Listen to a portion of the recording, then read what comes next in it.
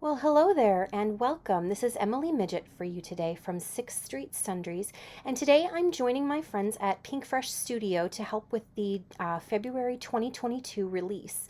I'm really excited about this release today because I actually have a new stamp set that I illustrated for this release. It's called the Chrysanthemum Slimline and Dies. It's a huge stamp set that is oriented for the slimline size of card. It comes with coordinating dies, which has the flower and the coordinating dies for the sentiments included, and it also has the coordinating stencils. So that's really fun, and I have a fun technique coming up later this week that I'm going to share with you. We're also going to be using the floral grid die, which is new today, fancy label frames, which are a little bit older, and then we're going to stamp our image with the Hero Arts Intensified Black ink. This is a great ink. It's kind of multi-purpose. You can use it for watercoloring, you can use it for Copic markers, you can use it for pencils. It works with lots of different mediums. So I am just going to arrange my stamps on in my MISTI and stamp them multiple times with the intensified black ink.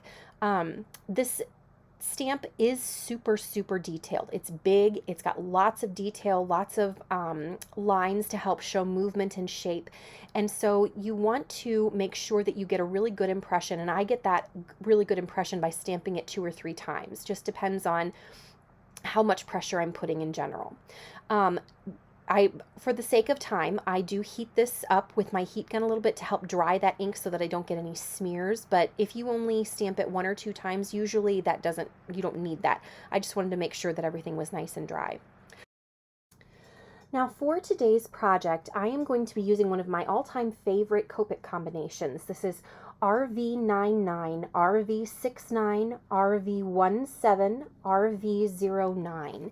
And these combination of markers, it creates the most intense magenta fuchsia color. I don't even really know how to describe it. It's such a pretty color when you add all of these markers together. And I wanted to create a really intense chrysanthemum because chrysanthemums have such a beautiful range of colors in nature. And so I just wanted to play. I wanted to kind of relieve some stress and play with my most favorite Copic color combination. So you'll see that I am working from darkest to lightest. That's how I generally work with Copics. I start with my darkest color and work that color in with the next lightest color, working my way down to the lightest color. I do save the lightest color for the very edge of my petals. With Copic coloring flowers, with coloring any flower with any medium, you want to maintain contrast between your top and bottom.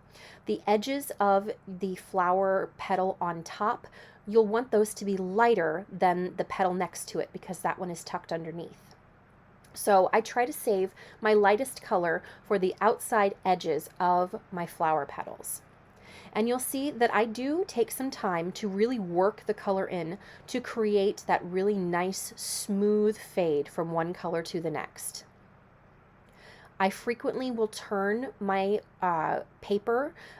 This is to help me get the best angle so that I can see what I'm doing, and it also allows me to keep my marker pointed away from me. If I can keep my marker pointed away from me, I find that I get better control over where the color is going.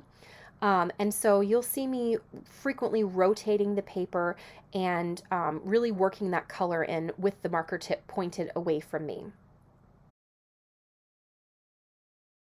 With a flower like this that has lots and lots of petals, one thing that I do try to remember, I try to do the petals behind first, the ones that are going to be a little bit darker in shadow. It helps me when I am when I'm coloring those darker petals, those more shadowed petals. It kind of helps give me a little bit more perspective on how light to make the petals on top. From my perspective, the petals that are on top, you want them to be lighter in color. You want them to be a little bit less intense. And that way that you can maintain that contrast that we just talked about. The contrast is what is going to give you the definition and the shape and the shadows of your petals.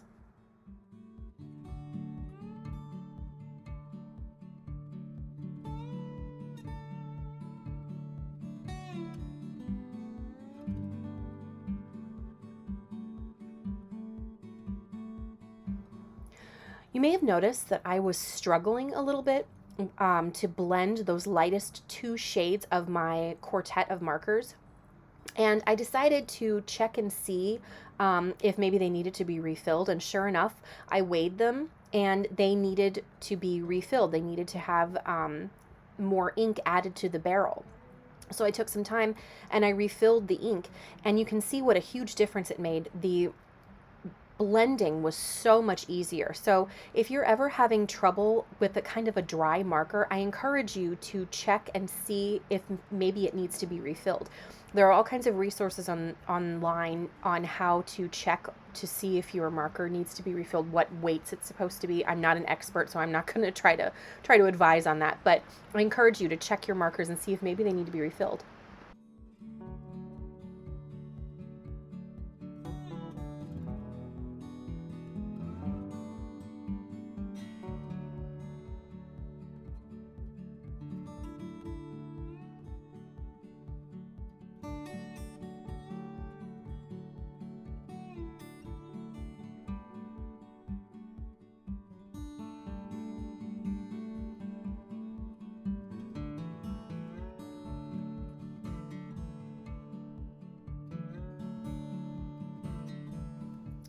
So now we're going to move on to the foliage. This Copic combination is one of my most favorites for foliage. It's T7, G29, G28, and G19. The addition of the T7, it really helps to intensify that beautiful kind of bottle jade green color. It serves to enhance the shadows without really taking much of the green color away. You'll notice that I'm starting out by using only the 3 green shades. When we go to add shadows later, when we go to add the T7, you'll see that I'm very, very light-handed with the T7 color. You don't need to add too much. You can always add color, but it's difficult to take it away. I say this almost in every video. When you add that T7, you want to be very judicious with how much you add, because if you add too much of that gray, it will kind of overtake the green. So you just need to add tiny little touches and then blend that out with your green markers in the same way that you blended the same way that you blended them the first time. Work from darkest to lightest. Blend that dark gray out from dark to light. And you can see what a difference that makes. It makes such a huge difference in just intensifying that shadow, that leaf that's kind of tucked behind the bud and the larger flower. That T7 really does help to intensify and make that look like it's in a shadow. So we're going to use the same basic concept here on this larger leaf down at the bottom. Start off with the green markers, the 3 green markers, and then add the T7. Add that dark gray just in the spots that we want to really intensify the shadows, that area that's kind of tucked underneath the chrysanthemum, the large chrysanthemum flower. It would be in the shadows. If you had a light shining straight at that flower, that leaf would be behind, and so it would be more shadowed. And adding that little bit of T7 after you have already colored the green, it just helps to intensify the shadows just a touch and really, really add some shape and some life to your leaves.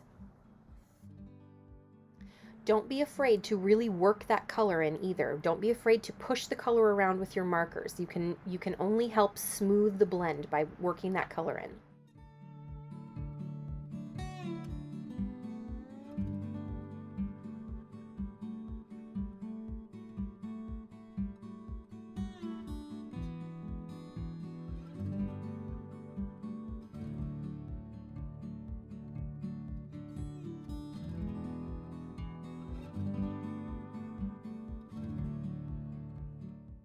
So now we're going to do some die cutting. This new Chrysanthemum Slimline set comes with dies, and I'm so excited about that. We're going to die cut this with the coordinating dies, run this through the die cut machine. And it also comes with coordinating dies for the sentiments, which I think is really a lovely addition to the entire product suite.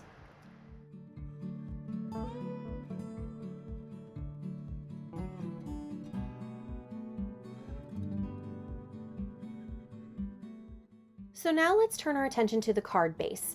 When I originally had been planning this card out in my head before I started filming, I kind of went in a different direction. I didn't really like where it ended up going. So we kind of switched gears in the middle here. I am using the floral grid die, which is technically an A2 sized die, but I'm going to adapt it to a slimline size. I'm going to do some partial die cutting and run it through my die cut machine twice. I'm going to run it through the full size. I'm going to remove it from the slimline card base, flip it over, and kind of try to line it up as best I can with the lines that are already die cut from the floral grid die. And it doesn't matter if it's completely perfectly lined up, because the majority of the area that kind of overlaps a little bit is going to be covered up by our chrysanthemum die cut. So here I'm just running the Fancy Label Frames die, one of those dies, through my die cut machine with some black glitter paper. I like to try to bring out, when I use black ink for coloring, I like to bring out that black the black outline of the stamped image by using black accents. If I'm using bright colors with lots of white, black accents is my go-to. I think it just looks so clean and polished. So here I'm adhering the floral grid die cut to my another slimline card base, and it just provides that little bit of tone-on-tone texture for the background. So now we're going to assemble all of the pieces of our card. I'm going to add the chrysanthemum die cut with some foam adhesive.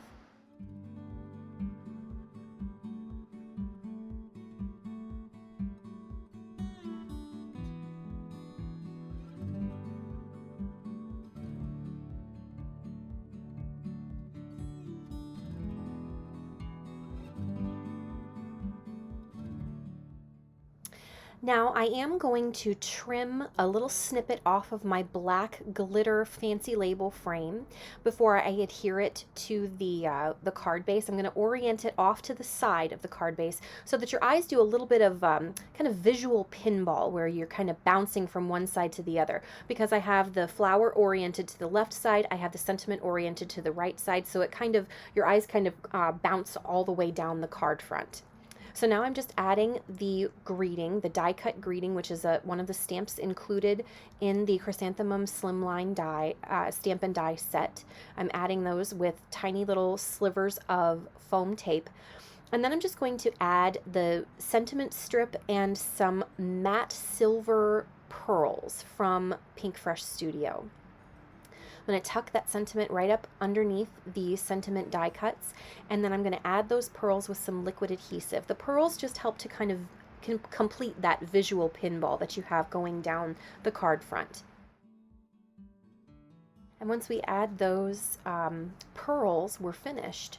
I hope you enjoyed this video. I hope you will check out the rest of the Pinkfresh February 2022 release. There's tons of beautiful new products, lots of beautiful new dies, and my new Chrysanthemum Slimline stamps, dies, and stencil set.